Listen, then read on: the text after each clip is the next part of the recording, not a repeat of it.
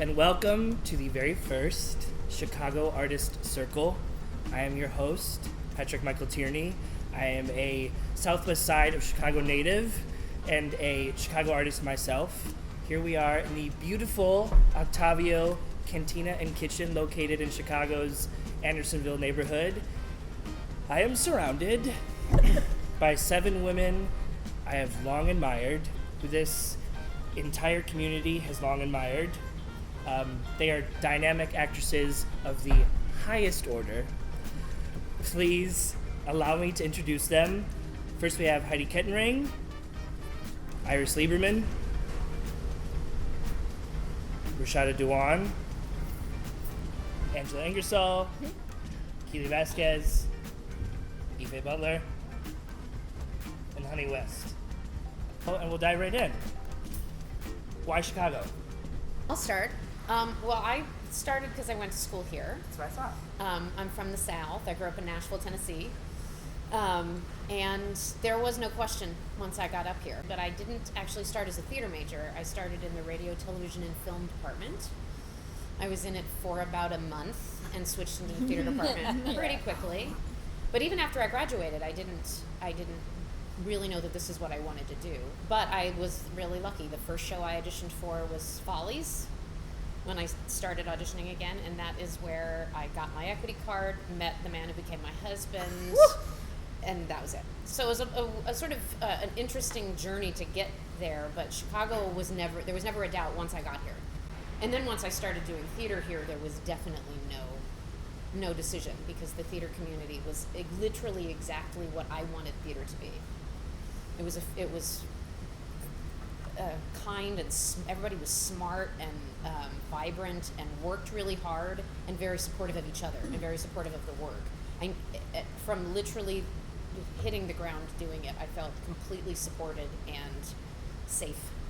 And safe to be not safe, if that makes sense. Mm-hmm. Absolutely. Well, I'm a Chicago native, born and raised here, and I started working as a kid in theater. My mother was very stage struck, and I was an only child, and she wanted me to meet other children, so she didn't send me to nursery school, she sent me to ballet class. Mm-hmm. And I was good at it, and I danced, and I was very small for my age, so when I was 8, I looked about 5, and they were looking for somebody to be in a play. And I was a little older, I had better comprehension, and I started acting, and I've been acting ever since. It's my life. And why Chicago? It's just home to me. It really is. And I remember years ago, a friend of mine who lived in New York said, well, you like being a big fish in a little pond. I don't mind being a little fish in a big pond. And I said, Paul, it's not about the size of the pond or the size of the fish. It's about the work. I can work here. I can work here constantly, consistently. I've done over 180 productions in my life, in my career. And to me, it's always been about the work. I'm Chicago native, like I was born and raised. Mm-hmm. So many Chicago natives. Yes. And then I went on to Florida A&M, and of course I had a stepmother who was like, I know you love to sing, but you're going to need to work. So you're not majoring in performing arts. Okay. So I majored in psychology, but minored in theater. To kind of get both worlds. And then I went on this like sabbatical once I graduated, and I went to New York, then I went to LA just to kind of see where I wanted to be. And I mean, New York, I couldn't see, like it was so much smog and just the buildings were so tall. I needed grass, I needed trees, like I just didn't like that. And then LA, it was so large, I felt alone. I was like, I don't like this. So when I came back to Chicago, it just kind of followed me around. It was never really even my plan. I just kept getting called to do stuff. So here I am still. I'm happy about that. I think we are happy as well. I was just going to say that. We're very happy. I have a lot in common with you, though I'm not a Chicago native. I found it was the most livable of all of the entertainment hubs. I spent time in New York and San Francisco and Los Angeles, and Los Angeles is lonely. It's, you go 24/7 at that, but so does everyone else you know. So the maintenance of relationships is lower on the priority list because you're always in your car. It's very spread out, and it's beautiful and entrancing, and you can't tell that time has passed because the seasons don't change. So weird. So it's a bit of a trance there, And I love New York when working, but not working in New York is I'm a little maybe too emotional for that all the time. Emotional is the word I will use. So it's just so darn livable. You can have a family and a yard and a dog and be doing the work constantly. And so the sense that I can have it all, have a family, and have ventured from simply being an actor to my husband and I started our own company. And now we have the opportunity to create opportunities for other artists that we admire. So Chicago is a great place. My husband got to meet Stephen Colbert once, and he said Chicago is a great place to fail. You can take bigger risks, and there's always a community to catch you, and that's exciting. I don't have a definitive thing the way that everyone else does. I really feel like I just started making major decisions about my life about 5 years ago. Because really, it was like Jane. Do you guys remember Jane Brody? Yeah. Of course. She said move to Chicago, and I was like, okay. Yeah. When was that? When did she say? A long time ago. I was in college, and she came to do a seminar, and she was like, "Come to Chicago. You'll do great." And I came to Chicago, and I called Jane Brody, and her assistant was like, "I'm sorry." And and then I was here, and I didn't really know, I just didn't have a lot of, I wasn't making big decisions about what I wanted to do or what I wanted to be. And again, I could still live here. Mm-hmm. And then I stopped performing for most of my 20s. Just was like, can't do it, freaked out. Mm-hmm. And when I decided to do it again, I gave myself a very, very short amount of time. I was like, I need to join all three, now there's two. I need to join all three unions in the next 3 years or I'm done. Like if I don't make it, I'm done. And then it happened very fast. And Chicago was a place that it happened. So then when I left for 10 years, it never was a question that I would go anywhere else to come back here. But when I came back, the beauty of Chicago was that all of the people that I came up with were now directing and in places of decision making and power. So it's just the question of people saying, "Hey, no, come back. It's Chicago. We got you. You may not just like start playing these roles immediately, but I can vouch for you. I was there when you were coming up, and like this. She's people. So like let's bring her back in, and it's been great since I've been back. Like so. Heidi says, the kindness. Exactly. Yeah. Everyone, and instead of having to like reprove myself, it was just like no, we remember. It wasn't that long, and so let's start over. So I started over 5 years ago. Yeah. Okay, so I'm a native Chicagoan from the south side of Chicago. South side. I went to school here. I went to Rockford because that's my second home. Okay. And I went to Illinois State University. And I went to the Goodman School of Theater. People call that the theater school at DePaul. It was the Goodman School. That was in 1902. And I've been in Chicago. I think I've been very blessed because I had an extremely supportive family. And my mother was Madame Rose. And she said, I will help you succeed, and you will succeed by any means necessary. And so there was never a choice about what I was going to do and where I was going to be. And because of that, my career has flourished. I have to say that coming out of school as an African American woman in the 70s, nobody in Chicago wanted us to do anything. And it was like crazy. And it took me auditioning like at the Goodman for 10 years before I could get a job there because they weren't hiring no black girls to do that. And I went to be classically trained in theater. I didn't do musical theater. I didn't want to sing. You didn't? I thought that was the worst thing to do in the world was to sing. I didn't pay all that money to go to school to sing, as my mother told me. And so I literally got my first job here, but it was a constant hustle because it's a different hustle as an African American woman being in Chicago than it is for anybody else. That's why I never feel sorry for blue eyes and blonde hair. You can't complain to me. Not every complain to you. Never you. But you know what I'm saying. You know what I'm saying. So, so kind of Chicago didn't want me until I didn't want Chicago. The first Chicago show I did was, I called Cullen Hennigan, called Flanagan, was My Name is Alice. at the Ivanhoe Theater. And they had brought in everyone from New York. Even then. Oh my God, they've been doing that since 1902. I'm trying to It's good to know. And so for me, although I love Chicago and I wanted to be here, I couldn't work immediately. So I had to leave. I had to make strides somewhere else. And then I would see Bob Fall sitting in the audience in D.C. And they would go, "What you doing here?" I was like, "Well, you ain't hiring me." And then they brought me back home. And that's how my work began in Chicago. Yeah. But literally, and that's what it came from me. So my journey was kind of different in the sense that I've always been here. I got married here. I have children here. I have grandchildren here. You know, but I love it. Yeah, amazing. I grew up in Indiana, so any place was better. Me too. We got out. We did. We got away. We escaped. And I grew up in Gary, Indiana. Wow. Yeah, I went to school there. But I went to school in Bloomington, and fresh out of college, I did a lot of resorts and review work, dinner theater, and cruise ships, that kind of stuff. And blonde hair and blue eyes are definite advantage, unless you're a trans woman in the 70s. And nobody wanted me either. They didn't want me as a boy, they didn't want me as a girl. And then now all of a sudden, some corners have been turned and I've become trendy. At least people are at least intrigued by me enough to say, what would that be like? When they used to say, well, I don't think anybody, my audience, our subscribers wouldn't be comfortable. And you've been told that. Oh, I've been told worse.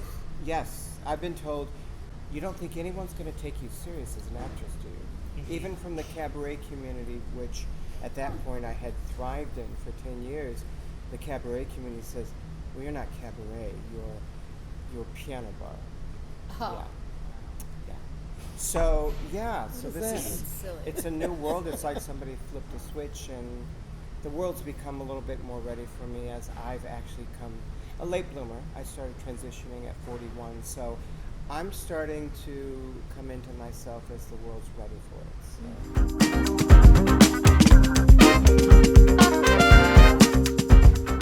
What does professional mean to you?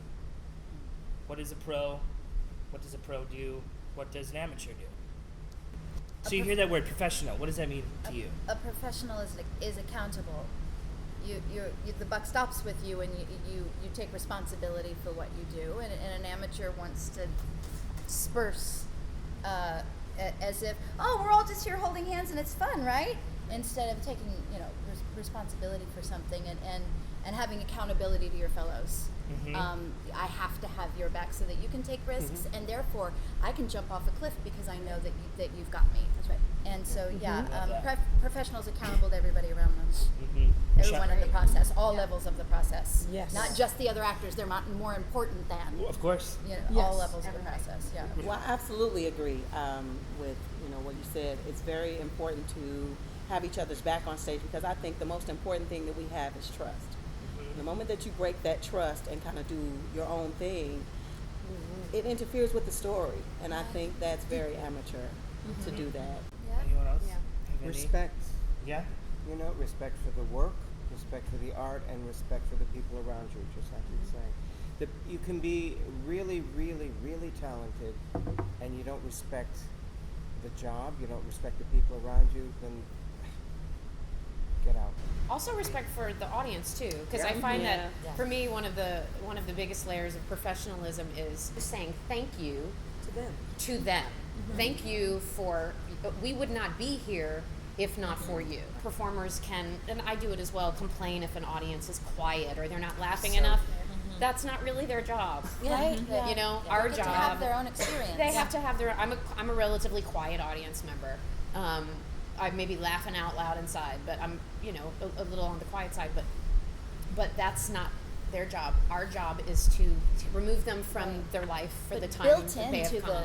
Built into the suspension of disbelief of the theatrical ritual is they're going to take their moment to say thank you. And part of being gracious and being a person of gratitude is accepting the compliment, allowing them to say thank you in their way, and thanking them in return. Right. Like just shutting up and letting them applaud a little bit they want their moment to participate too. I often think about them because I know that most people, it's a generalization, but most people who get into theater, there's several reasons, but it's a place to belong. It's a place to perform and to get that artistic thing out. And an interesting shift I feel into being a professional is moving beyond that to the people that we're doing it for. That is, Yes. we wouldn't be able to do it other than in the privacy of our own homes if it were not for these people who show up. So there's tons of things to me that make a pro, but that's a big one to me is how they deal with The the audience, good, bad, or otherwise. We are in service of the audience. We are in service of them. In Julie Andrews' biography, she quotes her first voice teacher, who said the difference between an amateur and a professional.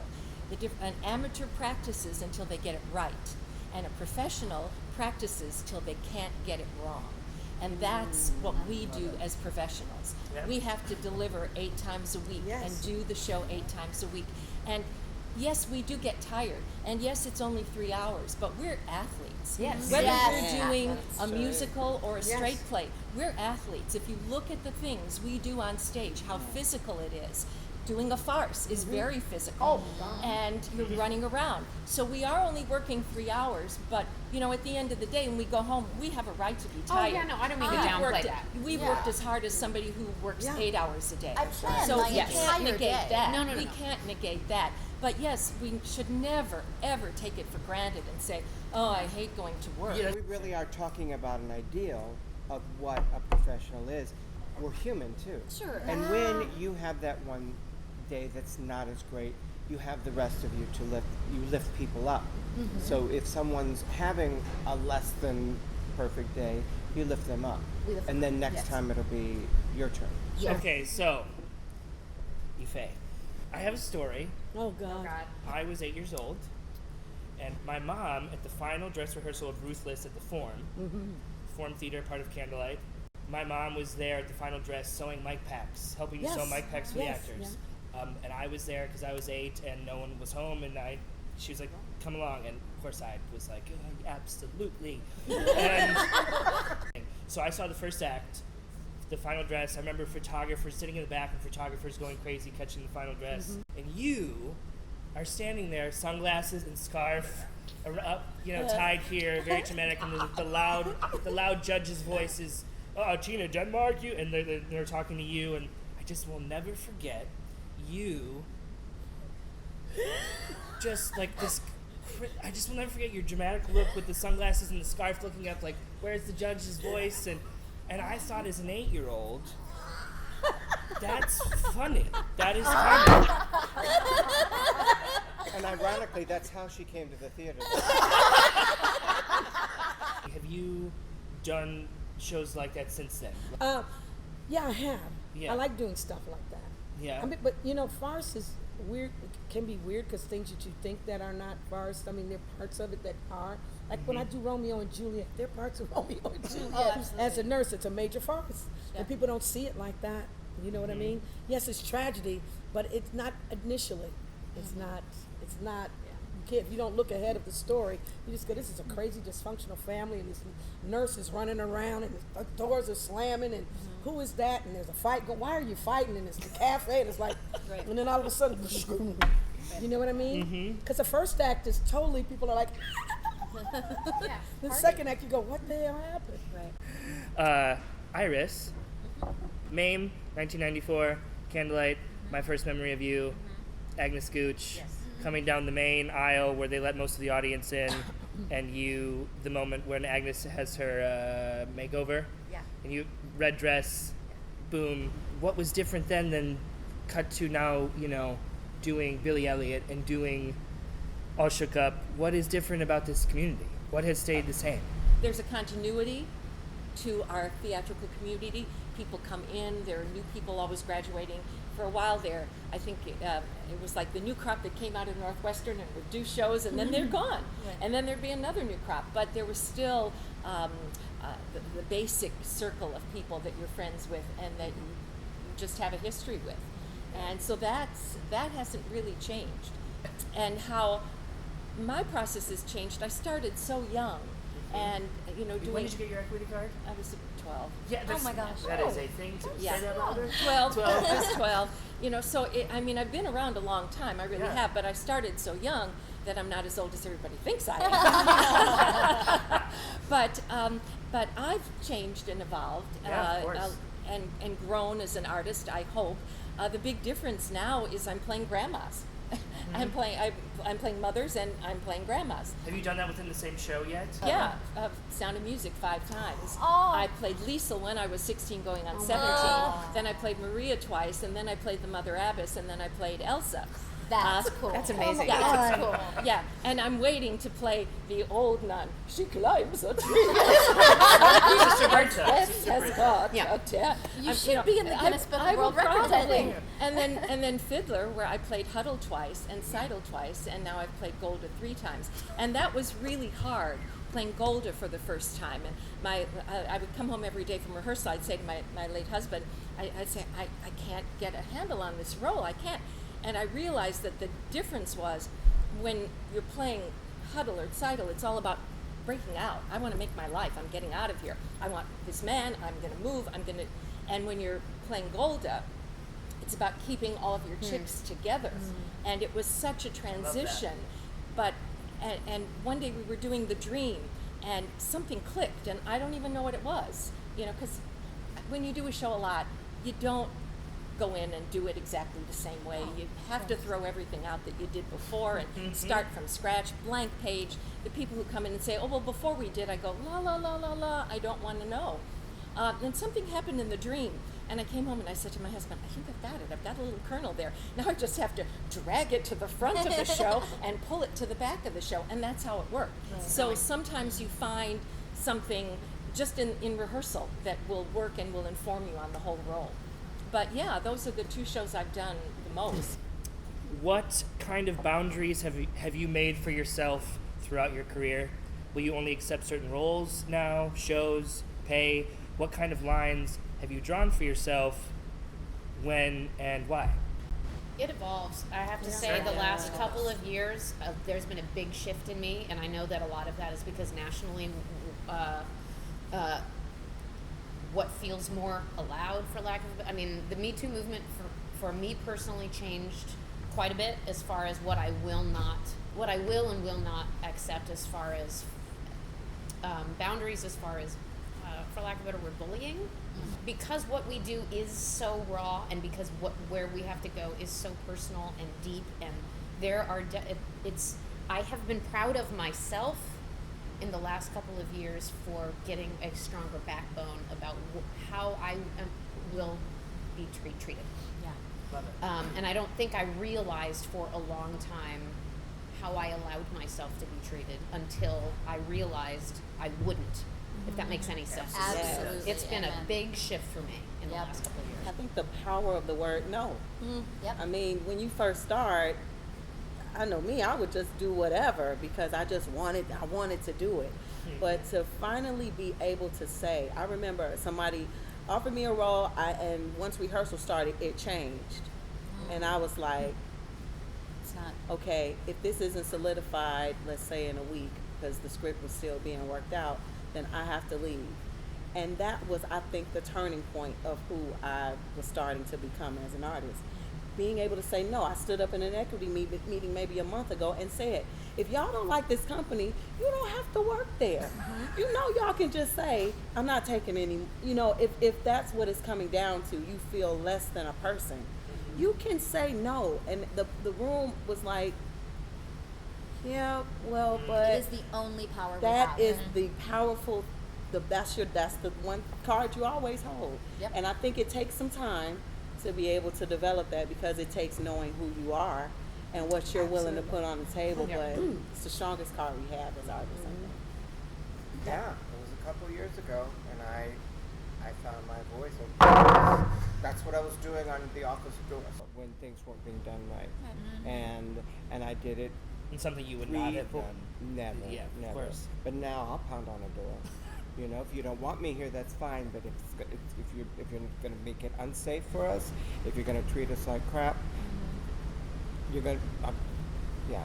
Yeah. After I just started to get a crack of light to understand how I should be treated, I then understood I have to stand up for how other people are being treated. Absolutely. That was a big Everybody one for me. around you. Saying, I can't work for you not because of how you treated me, because of how I saw you treat others. Yes. Because you put me on a pedestal. Yeah. And I don't want to be part of that. Yeah. Yeah.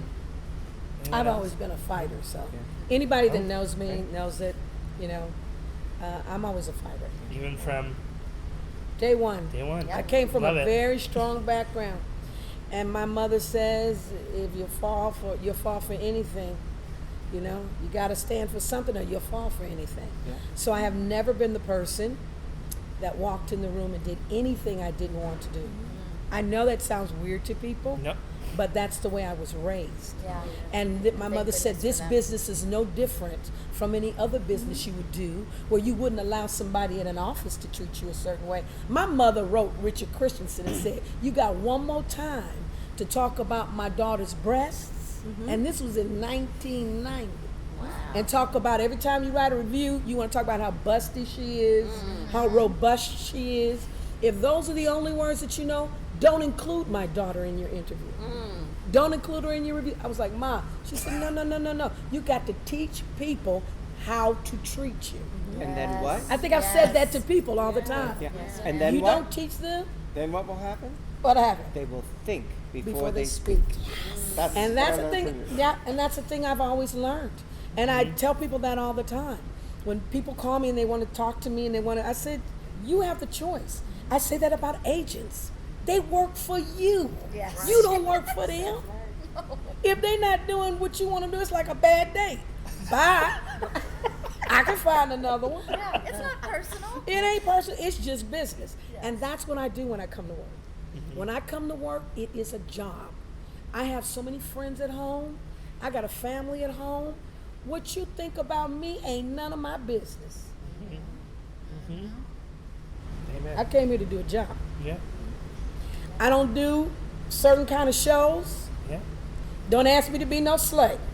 If that's all we want to talk about, I know what that is. I don't need to entertain nobody. That's just how I feel when you call me and ask me to repeat a part of history that wasn't kind to my people. So, what did I say? Think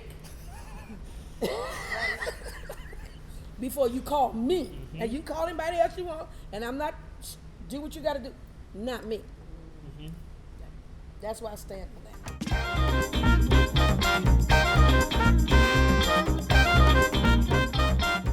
Keely, I have a question for you. Oh.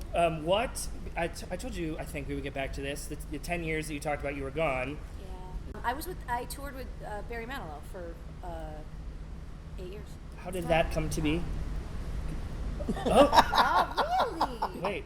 Oh. So Faye and I did a show that he directed. I did not know that. He had stopped performing. He was just kind of done, and because he was like, you know, everybody does the Elton show. Everyone sings Elton songs, and everyone sings Billy Joel songs. No one sings my songs. So he had this grand idea, because he is an ultimate creator, to create this show around Chicago performers, and he wanted his music, but turned on its head. And we took this music and we made it amazing, and instead of I made it through the rain, it was I made it through the rain. Yeah. And it was just like crazy. Weekend in New England. Oh, this one. Oh that my gosh. was a gospel So we did. tune, It was a lot of crazy, jazz. and everyone hated it. But the thing is, I got to do amazing things across the world, and it was a really good job, and it was not a career because what I do is so specific, and he knows that, and he used that to like make the show a cool thing. And I love him, and he's my family, and that whole group of people is my So you family. still keep in contact? Oh, absolutely. Like leaving that was one of the hardest, crazy decisions I've ever made. But I mean, there's only so much you can stand behind another person, And people want to hear his music the way they want to hear it. So we would spend all day playing around and doing great stuff and then get on stage and doing the exact show we did the night before, which, you know, lots of people do that on Broadway for 8 years, play the same, like, I don't think I could ever do that, which is another reason why Chicago is such a great place. Yeah. You know, a year, 2 years, yes, make that money, do what you need to do, but man, the biggest thing, and the thing I didn't do there, was to study. And because he's constantly studying. And constantly, I mean, I had to study his music though, because his catalog is vast, way more than anyone really knows. And he would, it was a joke, but he'd be like, "You don't know the song? Okay, go do this. I need a new arrangement on the backup vocals of that." And I'd be like, I don't know, you know. So just constantly study and kind of to be like, you don't walk into a callback now holding your paper, like stuff like that that I didn't even know. Speaking of drive, Angela. I didn't get my license till I was 26. As someone who considers you to have the definitive take on Judy Garland, how has Judy moving to the forefront of your career affected you as an actor? Wow, she's made me such a better actor, honestly. Walking a mile in her footsteps, I've become much more generous and kind. And before I wanted to be right, and now I want to be kind. And and I've learned that through the process of I was just going to say, do you feel yourself, have you had the opportunity to translate that in other roles? Oh, on stage? Other roles and in my life as your well.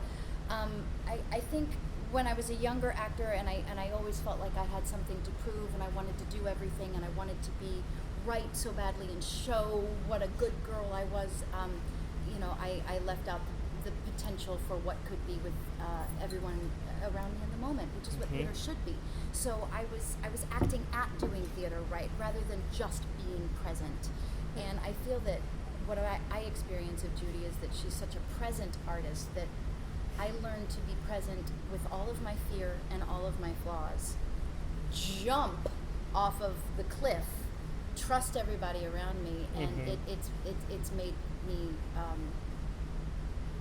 much more of a real and ready and raw artist to just make it about everybody else's experience instead of wanting so badly to please them that you're watching yourself to make sure you do it right.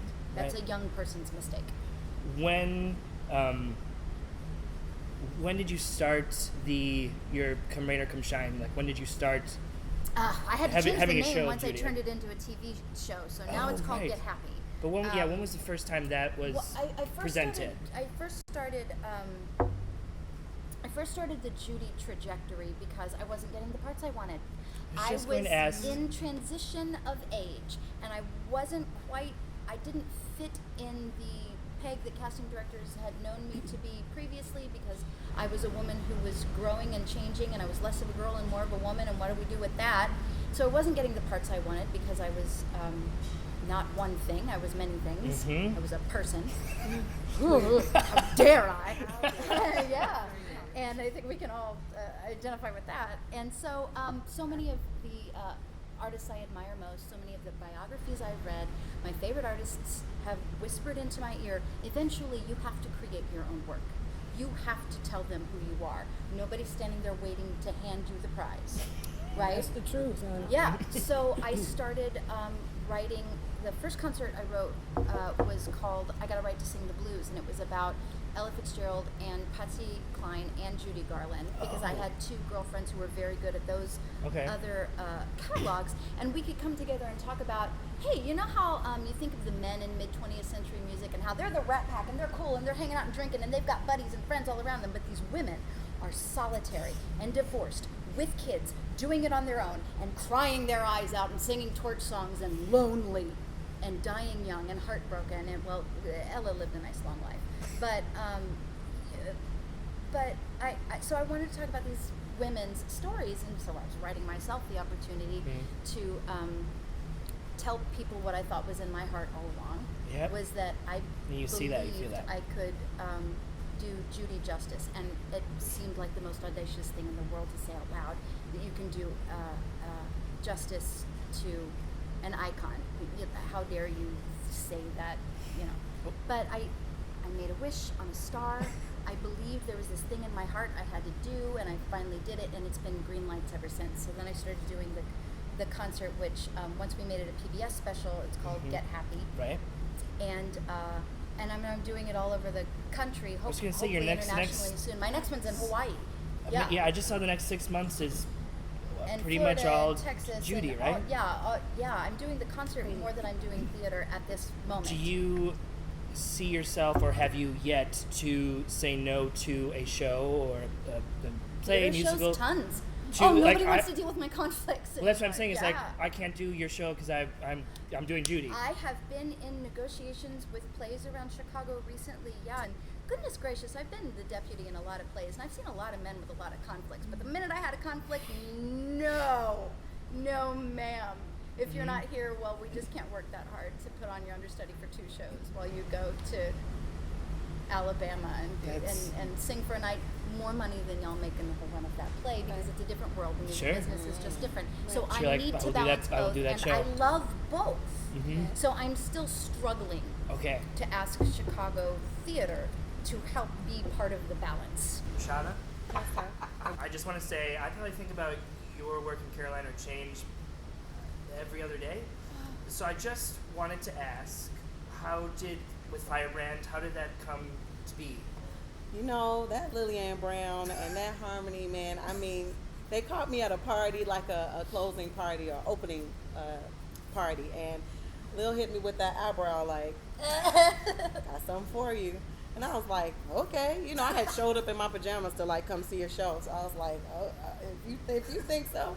And then she was like, Carolina Change. I had never heard of it, so I said, well, send me the script. And I read it and was like, I'm not doing this.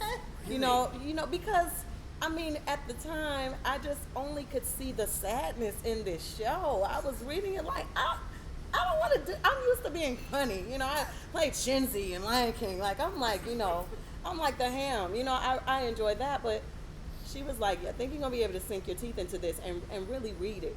Like I was, you know, all right, let me listen to the music. You know, let me really check out the story. And the more I dug into it, I was like, okay, let's make it to rehearsal and just see. Now, also, I had kind of booked another show that I thought I could take, but the dates ended up smashing against each other. Sure. So I had to make a choice even before rehearsal had started. And one paid more than the other. And I was like, oh, God, come on. Really? You know, and I said, let me make a real choice for my career and for myself. Stretch. You know, I knew how to play the other one. It was in my back pocket. I could do it. And I knew it. But this other one, Caroline, was different. And I said, let me just take a risk and just try. And it scared the shit out of me. It really, really did. Yes. And so when we did the round table, and I had been practicing the music, and then got to hear all of these beautiful voices, the cast, I mean, everybody in that cast brought their A game from day one. Yes. And that just helped our story kind of take it to a new level. So that's the way that happened. And I'm really glad, because it taught me, I knew before, but it really taught me that it's not about the money. You know, I mean, man, some of my friends will tell you, I came out that night after doing Carolina, had a boot on my car.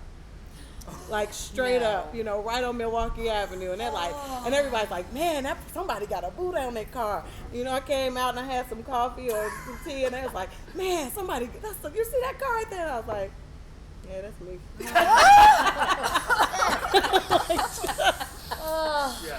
You know, what you gonna do? But I will never trade that experience for the rest of my life. It was like, boo, that's fine. I just did that. Yeah. Well, I have to say, I mean, I know you. I've seen your work before, but I noticed people around me when you came. I think people around me when you came out for the curtain call were truly taken aback, because I would use the word prance to your place for the curtain call, and I think when people were like, "Is that the same woman that?" Well, one, it was a very conscious choice to be an entirely different person for the curtain call. Because I had, for real, I really had to ask the spirits of my ancestors, grandmother, mother, great-grandmothers to pick me up, and then when I'm going to put you down, I need to put you down. Because I didn't want to take Caroline home, you know. Ask my 13-year-old, she'd be like, oh, that's you. But, you know, I said, I have to consciously make a choice because this is rough. And so for the curtain call, every cast members would, after that last song, I would go to the back and just weep in a corner and let out as much as I can, because for the curtain call, she's done. Yep. And when I got to run up those stairs, I purposely ran up the stairs. I purposely ran down the front stairs and smiled, because it was like, she's it. That was my way of disconnecting. Harness that joy. You I gotta do the just same be like, thing with Judy. because if you're really in it, if you're really, really in it, you know what that feels like to be lost. And that's the risk I think that we all take as artists. We risk picking up an energy and a personality and things that are so close to us that we call on and we reference, that we don't, normally people don't want to, they stuff it or they go to counseling, you know, it's like you don't want to pick that stuff up, but we'll do roles that cause us to look face to face with fears, with things that we may not want to really even look at about society, and boldly jump into them. And so when we do it, it's a dance, and we have to be very clear around what those boundaries are as professionals. And then respectfully let it go, because the art doesn't make us, we make that art. So that's what that was about with Caroline, you know. Absolutely. Yeah, let it go. So that the physicality of it was what it found me while we were in rehearsal. I never overdo it, because now it becomes a caricature, like you just trying. And I knew all I kept hearing was trust it. And Lil, she would say, trust, whatever you want to do. I'm not going to direct that.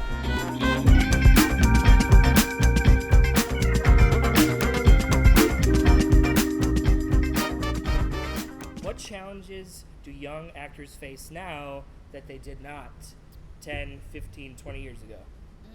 Social media. Yeah, it's harder. You just for have to them. brand yourself and brand yourself. You can't just go be a good actor. Also, just like the immediacy of it, like putting a clip up, like just singing your heart out on Instagram. I'm always like, what are you doing? Like, I've been more protective about the content that you want to. You need to be in process sometimes. Everything isn't a show and tell. Exactly. And so I think that it's hard to know who's, because I feel like at a certain point in time, everyone's talented, but like your hustle, and again, this is the whole world. Now it's just social media, but like your hustle can sometimes be way more than your talent. Absolutely. But I think social media can really help that. Yeah. And sometimes you just get a person, you're like, oh, you don't know what you're doing at all. Yeah. And interestingly, I find that more of a challenge for older people than younger people in the business now, because they're coming up with that. Right. So it's like, as somebody who didn't have to do that, learning all of that, like I don't have a Twitter account, So it's interesting. It's sort of, I think, on both sides, for the younger people and the older people. It's like, I don't know. How many Twitter followers do I have? 0. I don't have any. Yeah, right. It's an interesting learning curve that is just. That's just the first thing that popped in my head. No, but it's true. Just on the flip of it, though, I think the way has been paved for mothers to do this. Yes. I'm really, really grateful for that. I remember just, talking with Ife, and I mean, that was not an easy road. It was not. You didn't tell. Yeah, you didn't say that you had children. Tell. When I had my child, most people in town didn't even, and they still did. They were like, "You have children?" I went, "Yeah, but you couldn't tell because they weren't. You couldn't say my child is sick. I gotta be at home, or I'm pregnant." It was like, we know actresses that literally went full term in their costumes and just said, I need to take a week off. And now here, I have been 7 months pregnant in a show. Both times, like I've been pregnant in a show for both of my children, and that was, it was just like for me, oh yeah. And I actually have to thank Jackie Taylor for really supporting me in that Black Ensemble Theater, because I was scared to death. And she was like, give me that baby. And I would run, and then I knew, I would just learn how to set my baby a little space backstage, put your DVD on, eat your grapes, go to sleep, and I would do the show. That also speaks to women in positions of power. Yep. And I mean, we needed that. And I can't say that was always the case, for, God bless Jack. Yes.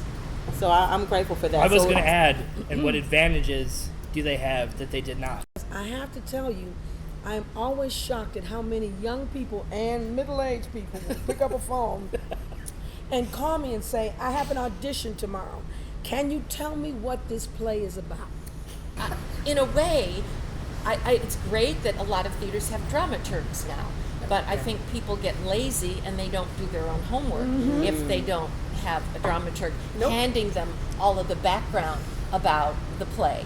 And it's so easy now on the internet. You can look up anything. Because we had to literally find somebody that would play the music to teach it to us, because there wasn't any place where we could get it. No Then we'd have to karaoke spend tracks. that money. They would have to spend the money to get at least 2 to 3 coachings for that audition. I got to go in the first time, so you can just play it for me and teach it to me. Now I got to go back the next time because I want to get it on the tape. On tape. In my best key and my worst key in case I'm sick. You know I'm not lying. You sealed the deal when you went in the room. Yep. Because you had worked to get in the room and just get the music right. And that was the best part of it. You knew you had put in a full day's work. Yeah. Just in that audition. And you could go home and rest saying, even if I don't get it, I have I done did the my best. best. I did my I best. have done everything that I could do to seal the deal. And whoever gets it at this point, God bless them. Exactly. I did everything I did. The Right. best I did everything I could do. And I remember once an actress saying to me, Iris, you audition a lot. Is that why you work so much? Yes. Duh. I had an Gotta interviewer. go Yeah. and put yourself out there. I had an interviewer once say to me, when I mentioned something that I brought up earlier in this conversation, saying that I wasn't getting the parts I wanted. She said, "What? What? It never occurred to me that a good actor didn't get parts they wanted. What?" And I said, "Have you spoken to any actors whatsoever? I mean, we're all We don't get a lot. yeah, we're all won't. in gratitude and working hard all the time, and we don't get most of the things we want. Right. Any of us, the quote unquote best, in your opinion, of us. Right. Of us. Right. Yeah. Honey, are there any advantages that you maybe see now that didn't exist before, perhaps specifically in the non-equity community? Because the non-equity community in Chicago is extremely well known and sought after, and people have been strong. So strong. And I know you have done a lot of wonderful work, specifically in the non-equity community. Do you see any advantages now that were not available in the non-equity community? Well, my viewpoint is skewed because I didn't exist before. You know, I was here for 4 decades. I worked, whether I was doing review work, cruise ship work, hosting, radio. I never stopped working, but I was never considered marketable. Even the people that hired me 40 years ago said, well, you were never marketable. But I learned how to make myself valuable. I learned to be a people pleaser. I learned to be nice and funny. I would get cast in shows when I was working in Hyannis, Massachusetts. They took me out of that cast and took me down to Myrtle Beach because that cast was falling apart. They said, if we take you, you're good for morale. So I learned how to be marketable when I wasn't marketable. The reason I invented Honey West is that I was I was 27 at the time. I knew I was getting close to my 30s, and I was getting booked in choruses.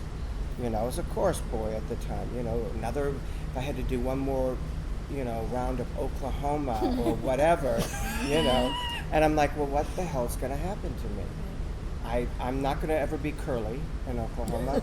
I'm never going to be Lori, so who the hell am I and what do I do? When I was younger, I couldn't be who I wanted to be. I grew up in the 60s. I couldn't be who they wanted me to be. I couldn't be who I wanted me to be. So I lived in this void. I didn't exist. I hid, and I buried myself so deep that I didn't start transitioning until I was 41. So during that time, I wasn't marketable as a boy. I wasn't marketable as a drag queen at the time. I wasn't marketable as a female impersonator, and as a trans woman, I wasn't marketable. And yet I worked for 4 decades. So I was just going to say, do you find any differences between equity and non-equity in terms of when you did transition? Did certain companies open their arms, certain companies did not, or was it the same? Was there any difference? I was allowed to do things like Vampire Lesbians of Sodom. I was allowed to do, very specific things. I was allowed to be funny. I was allowed to jump around and be kooky or crazy.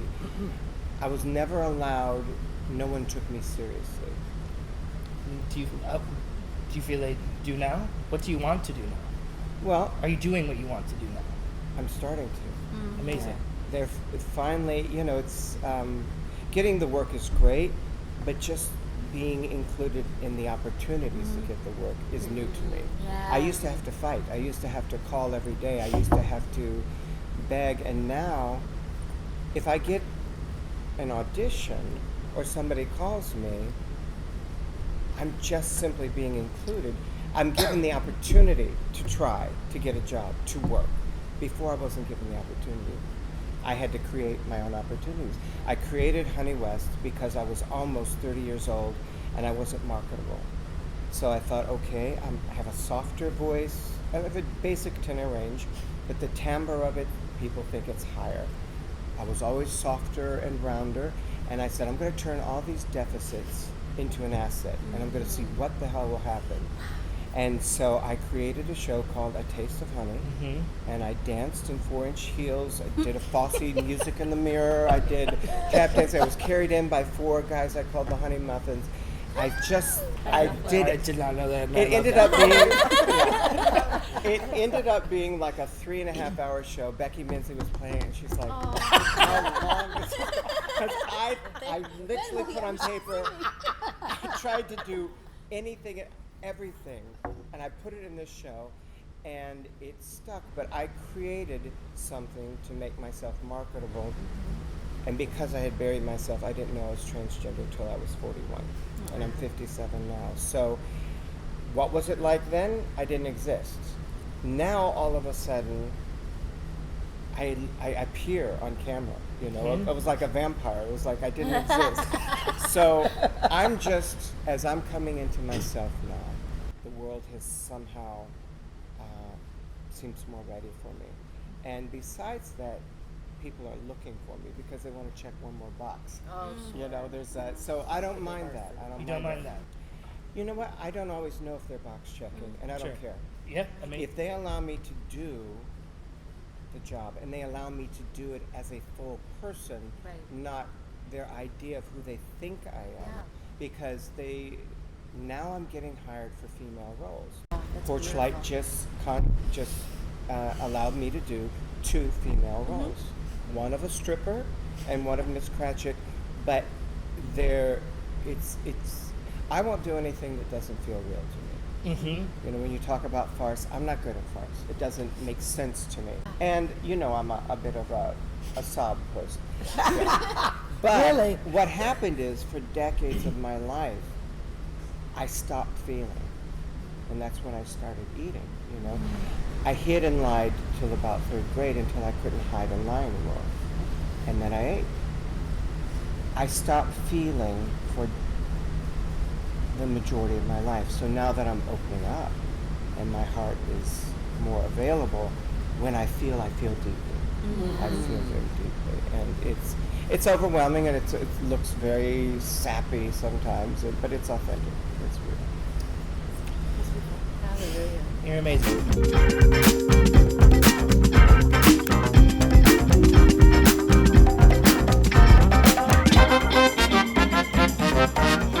What do you do on your day off? Nothing. Sleep. This. Grocery shop. On my day off, I don't care who you are. My agent knows, don't even think about talking to me on Monday. Love it. Don't think about offering me nothing on Monday. Don't think about asking me to audition on Monday. I don't want my husband to speak to me on Monday. That's a good policy. This is my day. If you don't eat, that's too bad. Love it. Yeah. Do you wear contact lenses? Because to me, a day off does not exist if I have to put my contact lenses in my eye. So, and that includes like I'm going to see a show and I want to look nice. That's not a day off. It's a delightful, wonderful occurrence, but it is not a day off. Yes. My glasses are on. My face. Yep. The soft pants might get changed to put on a fresh pair of soft pants to go back to bed. This is all fascinating. I'm non-equity. I don't have a day off. Yeah. Yeah. I will get to bed tomorrow morning about 3 a.m. I just have one more. Heidi, when was the last musical you did? The last musical I just did Candide in Knoxville, Tennessee this summer. In Chicago? Yes. Well, in the Chicagoland area, yes. I did Annie Warbucks at Theater at the Center almost 2 years ago. And in the state of Illinois, it's been almost 4 years. In following you, I just noticed that there are several actresses here, all of which are at this table. But I also consider you somebody that is not pigeonholed in musical theater, that bridges the gap. Do you feel that way? I feel like I have been very lucky. And people ask me often if I prefer one to the other, and the answer is no. I was just gonna ask. And I really there is no preference. I mean, work is work. Well, work is work, and it's not even just that work is work. It's that there is something delightful and challenging to all of it. And most of the places where I do plays, I got my foot in the door doing a musical. Right. My first show at the Court Theater was a musical. My first show at Writers Theater was a musical. My first show at Chicago Shakespeare was a musical. It's been a really magical 20 years, but specifically the last 10 years of the opportunities have expanded. And I'm very grateful because it's harder, age-wise, like I'm finding it's harder to fit a little bit in musicals right now for me than it is into some plays. And I know that will shift again, and it just always shifts, and you just sort of have to make your way based on where you are at that time. So I have been sort of making my way and working out of town a lot, getting to do play Annie Oakley at the Fulton and the Old Woman in Candide in Knoxville. Like, it's just been a really exquisite ride. I love this one. Name one thing about theater that never gets old, and one thing that has definitely gotten old. The people don't get old. Family. The people you get to work with, I was actually just talking to a gal that I work with right now about we get to meet new people all the time, and we get to keep people that we meet along the way all the time. It's an ever growing, ever changing. The artistic and managing director. Have gotten old. I am there with you. Yes. They need to come into the present. I'm scared again. Yes. That's true. I feel you. That's I feel true. I don't want to hear it, but we It talk is about true. it behind the curtains. I'm just putting it right out there. Put it out for there. you. Put it out there. Some of them need to go to pasture. Amen. Amen. I would agree with you, but I still want to work. I've just come into this world. I understand, but there is a golden rule. Yeah. When they want you, they call you. Right. I think that that's going to do it for us. I can't thank you ladies enough. That's all. Thank you so much. Yes. Thank you so much.